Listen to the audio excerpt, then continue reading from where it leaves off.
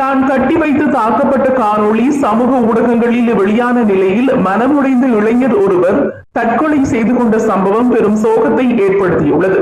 கொழும்பிலிருந்து வெளிமடை நோக்கி சென்ற பேருந்தில் பயணித்த குறித்த இளைஞர் நித்திரை கொண்டதால் இறங்க வேண்டிய இடத்தை தவறவிட்டு பிரிதொரு இடத்தில் இறங்கியுள்ளார்.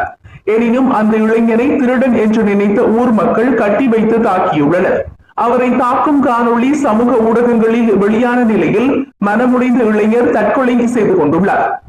பாதிக்கப்பட்ட 34 வயதுடைய ராமச்சந்திரன் புவனேஸ்வரன் என்கிறவர் புசல்லாவ ரொக்ஸ்லைட் தோட்டத்தைச் சேர்ந்தவர்.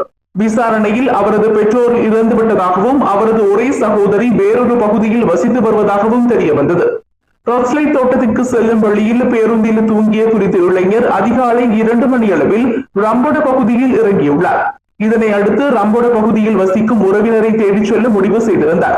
எனினும் துரதிருஷ்டவசமாக அவர் வழி தவறிவிட்டதாக கூறப்படுகின்றது. இந்நிலையில் உதவி கோரி ஒரு வீட்டின் கதவை தட்டிய போது திருடன் என்ற எண்ணத்தில் வீட்டில் இருந்தவர்கள் சத்தமிட்டுள்ளனர். இதனால் ஒன்று கூடிய பொதுமக்கள் இளைஞரை தாக்கியுள்ளனர். மேலும் அவரை மரத்தில் கட்டி வைத்து தாக்கியதுடன் கொத்மலை போலீசாரிடம் ஒப்படைத்துள்ளனர். விசாரணையில் அந்த இளைஞர் நிரபராதி என்பது தெரிய வந்துள்ளது. இதனை அடுத்து குறித்த இளைஞர் போலீஸ் பிணையில் விடுவிக்கப்பட்டு வைத்திய பரிசோதனையின் பின்னர் ரொஸ்லைட் தோட்டத்தில் உள்ள உறவினர்களிடம் ஒப்படைக்கப்பட்டார். இருப்பினும் அவரை தாக்கியவர்கள் சம்பவத்தின் போது எடுத்த காணொலியை சமூக ஊடகத்தில் பகிர்ந்துள்ளனர். இதனை பார்த்த இளைஞர் மனமுடைந்து தூக்கிட்டு தற்கொலை செய்து கொண்டதாக கூறப்படுகிறது.